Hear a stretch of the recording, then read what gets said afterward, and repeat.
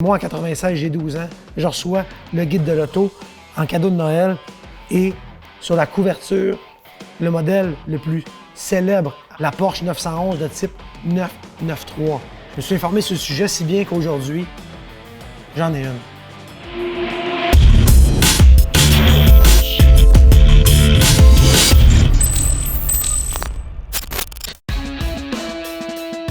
Parmi les constructeurs automobiles, une compagnie se passe de présentation au fil des années. Tout le monde la connaît. De par ses succès commerciaux, j'entends et je parle de Porsche. Porsche, connu entre autres pour le modèle le plus célèbre de son histoire, qui est la Porsche 911, lancée en 1964, présentée en 1963. Initialement, ce que peu de gens savent, c'est que c'était la Porsche 901. La raison du changement de nom, c'est qu'à cette époque-là, Peugeot détenait les droits de tous les véhicules à 3 chiffres, dont le chiffre central était un 0. On fait des pressions auprès de Porsche pour qu'ils changent leur nom modèle, passant ainsi de 901 à 911. Et heureusement, 911 nous rappelle un peu aussi les appels d'urgence, la rapidité avec laquelle on traite ça. C'était peut-être même pas pensé au niveau marketing, mais moi, ça inspire et ça inspirait à beaucoup de gens. Un rêve, une vitesse de pointe folle et des compétences techniques inégalables. Une marque était lancée. Donc, la 911 se décline en 8 générations différentes à ce jour. Et parmi celles-là, il y en a 3 qui m'intéressent et qui nous intéressent plus particulièrement. Donc, les collectionneurs, les Porschistes aiment beaucoup les générations qui sont refroidies à l'air, qui ont une sonorité qui est différente. Le moteur qui est plus rugueux au son. Donc, quand on dit refroidi à l'air, c'est qu'il n'y a pas de radiateur traditionnel. Et parmi ces 3 générations-là se décline la version, l'appellation intérieure 930, 964 et 993. Et la première génération de turbo, c'est la 930. Son surnom, c'était la Widowmaker, la faiseuse de veuves, parce que c'était un véhicule qui était complètement imprévu lors des accélérations, qui donnait quand même un bon coup de couple, dur à manier, s'adressait vraiment aux pilotes professionnels aguerris. Suite à ça, on a un peu rendu plus docile la bête avec la 964, qui était un chef-d'œuvre de design et d'ingénierie, pour arriver à la dernière génération de Porsche refroidie à l'air, la 993. La 993 étant aussi la première Porsche 911 turbo à être 4 roues motrices, qui affichait avec son moteur 3,6 litres, pas moins de 408 chevaux. 408 chevaux, ça nous permettait en 95-16 de boucler le 0-100 en 3,7 secondes à peu près et le 0-160 en 8,8 secondes. Là, on se rappelle qu'à cette époque-là, un Honda Civic faisait 0-100 en 9 secondes et cette bébelle-là faisait 0-160 en 8,8. Encore plus impressionnant, c'est la capacité de freinage qu'on reconnaît encore aujourd'hui à Porsche. C'est-à-dire que oui, on fait 0-160 en 8,8, mais si on rajoute 3-4 secondes, on immobilise l'auto complètement. Souvent, ce qui est impressionnant, c'est la force d'accélération de l'auto, mais qu'on peut freiner encore plus rapidement. Ça nous fait vivre une expérience et un sentiment de contrôle inégalable. Donc, à bord, c'est presque un manège. Ça accélère comme une fusée et ça s'arrête comme si on avait rentré dans un bloc de béton littéralement. Une des particularités de Porsche, la façon dont ils ont eu de faire le marketing quand ils ont lancé la 911 au début des années 60, donc présentée en 63 sur le marché en 64, c'est pas d'investir des dollars pour rentrer publicitairement parlant dans la tête aux gens que c'était une bonne voiture. Non, c'est de s'impliquer en course. Et en s'impliquant en course et en victoire après victoire, les gens et les pilotes de course ont compris que l'affaire, c'était la Porsche. Avoir une Porsche 911 représentait quelque chose en soi et c'était le courant d'une nouvelle époque. Et je veux dire, depuis presque 60 ans maintenant, l'architecture de ce moteur-là demeure inchangée. C'est un moteur sur l'essieu arrière, à plat, flat six qu'on appelle, ça a été inchangé depuis 60 ans. Et je veux dire, au niveau, ne serait-ce qu'au niveau de la répartition des masses, c'était presque un non-sens de mettre une auto à l'époque propulsion avec un moteur arrière. Je veux dire, comment on pouvait équilibrer les masses? Et Porsche ont eu quand même un succès inespéré, ont réussi à conquérir bien des titres au championnat en course. Et ça a fait en sorte de fidéliser les fans à la base même. Et tous ces gens-là sont devenus comme les apôtres de la marque, des fervents admirateurs qui en ont fait la promotion auprès de leur cercle social à eux. Et c'est comme ça que la réputation de Porsche a réussi à grandir et faire en sorte que, même après 60 ans, tous les fanatiques d'automobile savent qu'une 911, c'est un véhicule qu'on conduit, qui est imperturbable, qui est solide, il n'y a pas de sonnette, qui est chirurgical au niveau de sa direction, que la puissance du freinage est complètement incroyable par rapport à ce qui se fait en termes de concurrence.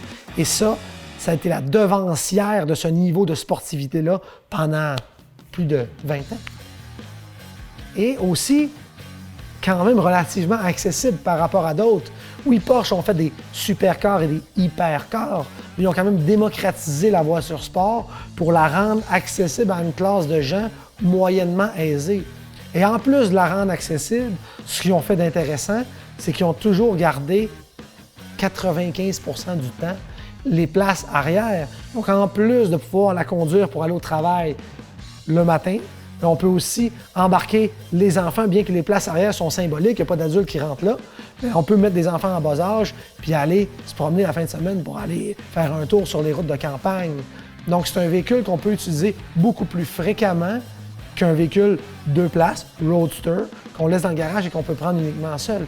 Porsche sont spécialistes de la déclinaison de modèles. Aujourd'hui, avec une 911, on peut avoir une Carrera S, une Carrera 4S, une Targa, une Turbo S, une GT3, une GT3 RS, une GT2, une GT2 RS. Au sein même du même modèle, Porsche ont subdivisé les clientèles qu'ils visaient pour faire en sorte d'en offrir à tout le monde. Lesquelles sont les plus rares? Toutes celles dont le tirage, le nombre d'unités produites est le plus faible. Généralement, c'est ça. Donc, si, par exemple, une Porsche comme celle-là de type 993 Turbo a été produite à 5900 quelques unités, il y en a qui sont brisées, il y en a qui ont été modifiées, il y a de moins en moins de 993 originales, comme n'importe quel véhicule d'ailleurs. Une des 911 les plus convoitées pourrait être assurément la Porsche Speedster, qui tire ses origines des années de James Dean avec une Spider à cette époque-là. On va dire en commémoration des années et rétrospectivement, Porsche revient dans le temps en lançant des versions de Speedster. En 2018, la Speedster est revenue sur le marché. Et pour commémorer l'année 1948 du lancement, ils ont fait 1948 unités. Donc, c'est très, très, très rare et recherché sur le marché. C'est un véhicule, on prend le savoir-faire de Porsche accumulé au fil des années et on le met dans un seul véhicule pour les puristes, les amateurs. C'est pas de choix de transmission, très peu de choix de couleurs, un modèle. Ça fait souvent des très, très, très bons vendeurs auprès de la marque. Les gens s'y arrachent. Le carnet de commandes est rempli avant même que les véhicules soient mis en production. C'est ça la réalité. Au fil des années, j'ai toujours voulu rechercher les Porsche, non pas les plus rares, mais celles qui me faisaient sentir comme étant la relation originale que Porsche voulait qu'on ait avec ses voitures. C'est-à-dire qu'on ait un sentiment analogue, comme quoi on est complémentaires un et l'autre, et que c'est pas, on n'embarque pas dans une machine, on embarque dans une prolongation de nous-mêmes et on exprime ce qu'on a à l'esprit au volant de ce véhicule-là. Et de fil en aiguille, avec les contacts qu'on a, j'ai réussi à m'amener à avoir un appel ou la connaissance de quelqu'un qui me dit « Ouais, j'ai une 993 Turbo. » Moi, pardon, t'as une 993 Turbo? OK, est-elle à vendre? Non, pas pour le moment. Avec insistance, la personne a compris que je la voulais peut-être plus que lui. Et à force que nos discussions ont été bon train, bien, il me l'a vendu et on l'a acquéri. Et depuis ce jour-là, je ne l'ai non seulement pas acheté parce qu'elle représente au niveau technique des éléments qui me fascinent, mais aussi parce qu'elle avait une combinaison de couleurs complètement folle. On a vu beaucoup de 993 jaunes, on a vu beaucoup de 993 grises, on a vu beaucoup de 993 une espèce de Bourgogne, mais des vertes sur un intérieur tan. Pour moi, c'est un combo complètement gagnant. Et au soleil, à chaque fois que je la sors, qu'elle brille de toute sa splendeur, je peux vous avouer que ça attire les regards de tout le monde. Donc, en plus d'avoir une auto qui est légendaire de par son bilan technique, elle est magnifique à mes yeux. Et aujourd'hui, le fait d'en avoir acquis une et pouvoir, le samedi, le dimanche, par beau temps, la prendre et avec les places arrière, amener mon garçon, me fait un peu revivre un moment, une époque, un rêve à travers ses yeux, que si ça avait été moi qui me serais promené là-dedans à cette époque-là. La raison pour laquelle je pense que je vais garder cette voiture-là indéfiniment, c'est parce qu'elle me rappelle ça, la passion originale que j'ai eue pour les autos, mais aussi Parce qu'à travers les yeux de mon garçon qui s'assoit à côté, qui devient scintillant et le regard change. On peut comprendre au niveau technique qu'est-ce que ça représente. On peut l'assimiler.